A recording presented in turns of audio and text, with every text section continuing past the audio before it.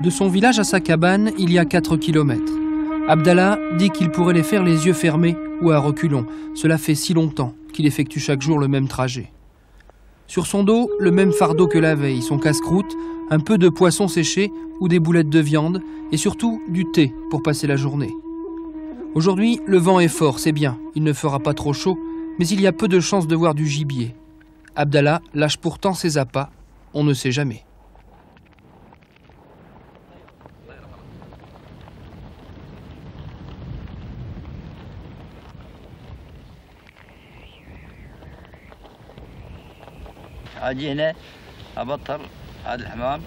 J'ai toujours eu la même cabane. Je suis chez moi ici. J'arrive tous les matins à 6 heures. Et si j'ai tout ce qu'il faut, c'est pas grand-chose, mais ça me suffit. Je lâche mes appâts, après j'observe et j'attends. C'est un travail très simple. Abdallah lâche d'abord un petit faucon cresserelle. Doté d'une vue exceptionnelle, cet oiseau peut voir les gros faucons, sacres ou pèlerins, à plusieurs kilomètres. Il avertit alors son maître. Ensuite, le piège ingénieux conçu par Abdallah fait le reste.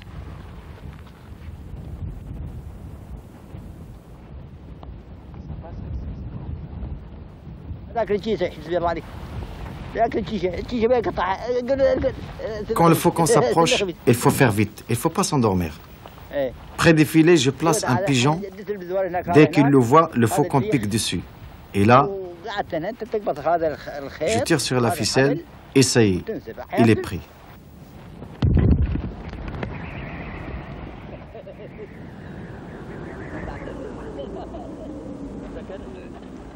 Abdallah est prêt.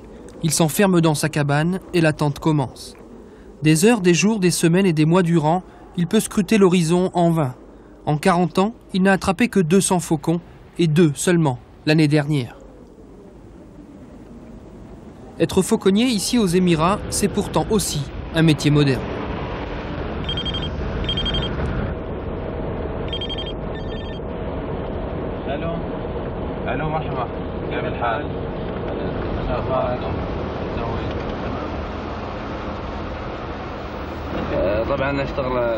Je suis fauconnier et depuis 10 ans, je travaille pour son Excellence Mohamed bin Massaoud. Je continue sur les traces de mon père et de mon grand-père. Eux aussi étaient fauconniers. Et j'ai appris ce métier avec eux.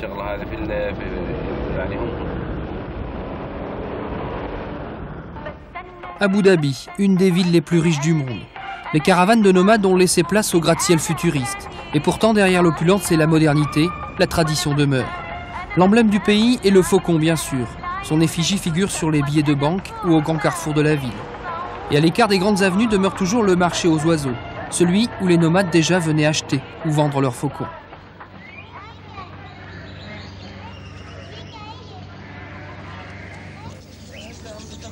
Bonjour. Bonjour. Celui-là, il vient d'où? Il vient du Yémen. Et celui-là? Celui-là est plus cher, il vient de Syrie. Et combien tu le vends? 750 dirhams et l'autre 1000 dirhams. Dernier prix? 750 dirhams pour toi. Oh, mais tu vois, il a les ailes cassées. Les faucons vendus ici ont tous été capturés à l'étranger. Yémen, Pakistan, Syrie, Jordanie et surtout Iran, d'où viennent les plus belles bêtes. Premier prix, 1000 francs. Le plus cher est lui proposé à 15 000 francs à débattre. Dans la boutique, la photo du Cheikh Zayed, président des Émirats Arabes Unis, un faucon sur le poing.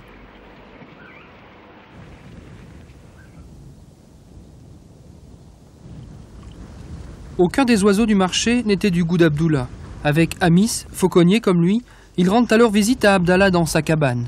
Le vieil homme est connu de tous les fauconniers. Les bêtes qu'il capture sont des oiseaux de passage venus d'Iran. Ils sont extrêmement sauvages et endurants, donc très appréciés.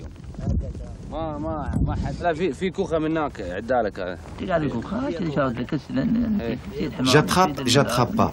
C'est pas grave. C'est pas moi qui décide. Moi, j'attends. Et je prie, mais je ne peux rien. Si ça vient, tant mieux. Je suis plus riche. Mais c'est Allah qui décide. L'homme seul ne peut rien.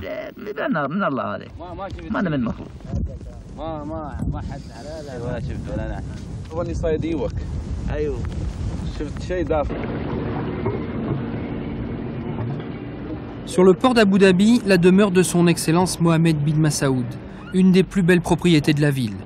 Homme d'affaires richissime, porte-parole du Conseil national des Émirats, M. Masaoud est un des hommes les mieux considérés du pays. Ses trois passions sont les belles voitures, la mer et bien sûr les faucons.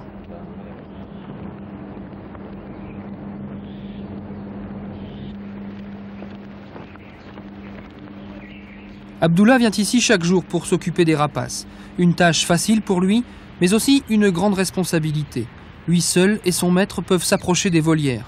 Ses premiers soins vont à Hachim, un faucon sacre venu d'Iran. Véritable joyau de la volerie Masaoud, il a sa propre volière climatisée.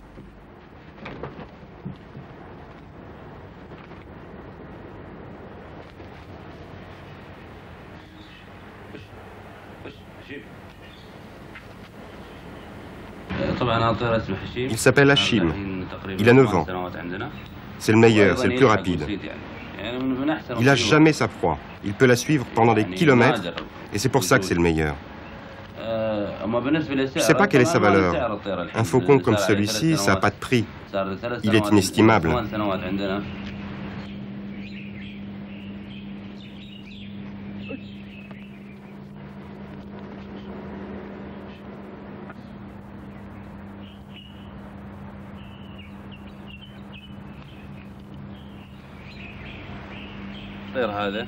Chaque année, quand il change de plumage, je fais une marque sur l'aile pour qu'on le reconnaisse. Comme ça, si on le perd, celui qui le trouve sait à qui il appartient.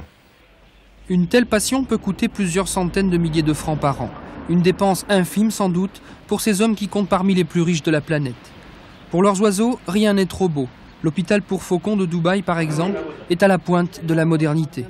Ici travaillent les meilleurs spécialistes américains. On y vient pour le moindre petit bobo, une intervention chirurgicale, voire une hospitalisation.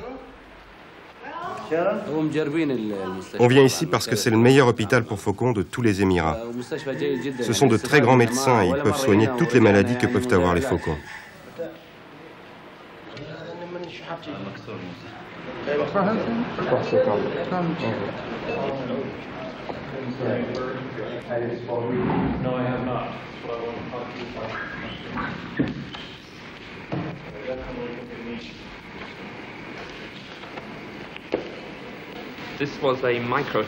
Ça, c'est une puce électronique que l'on place sous la peau du faucon lorsqu'il vient ici pour la première fois. Lorsqu'il revient, on utilise cet appareil pour scanner l'animal. Son dossier médical ressort aussitôt sur l'ordinateur.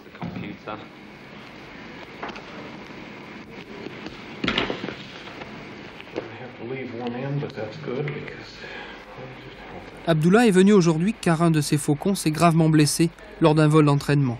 Sa plaie à la patte sera vite soignée. En revanche, le diagnostic est très réservé pour ses yeux.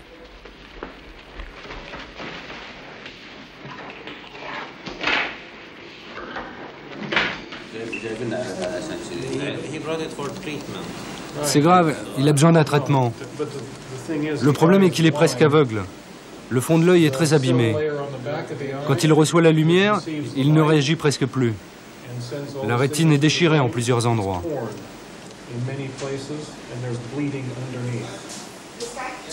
Le docteur Rampel préconisera une opération de la rétine délicate et sans garantie.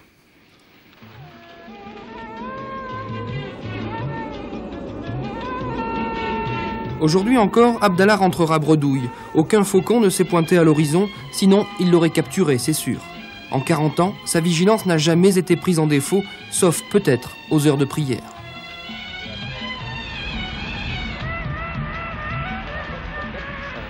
À l'heure où sa journée se termine, les fauconniers des princes, Abdullah et ses amis, se retrouvent eux pour l'entraînement quotidien de leurs oiseaux. À cette heure, le soleil est moins chaud, le désert moins brûlant.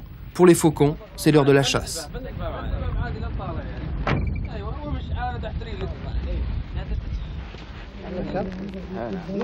ابو خميس ما حد والله كان بيقوم على الصراحه اللي عند حسن ايه هذا شو تسوي انت علي شو تسوي؟ بتفش تارك؟ يصير ورا ما عليه بيجون وياك ضروري.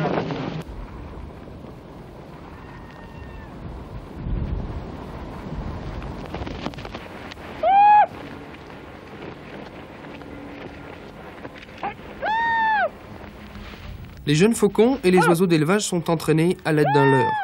Les fauconniers leur réapprennent ainsi leur instinct de chasseur. L'animal doit être rapide, précis et endurant.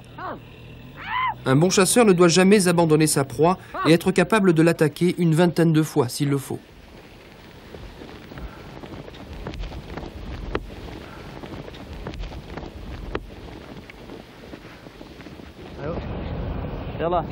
Pour les faucons plus aguerris, on lâche du gibier, un pigeon, une pintade ou un canard.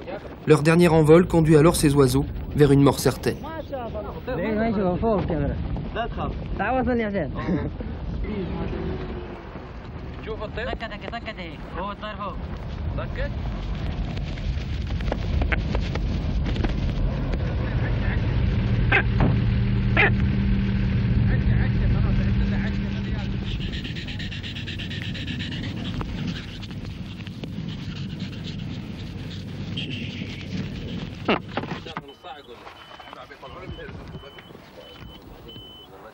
Dans 2 mois, à l'ouverture de la chasse, les oiseaux seront prêts. Ces hommes accompagneront alors leur maître dans les déserts d'Arabie ou du Pakistan.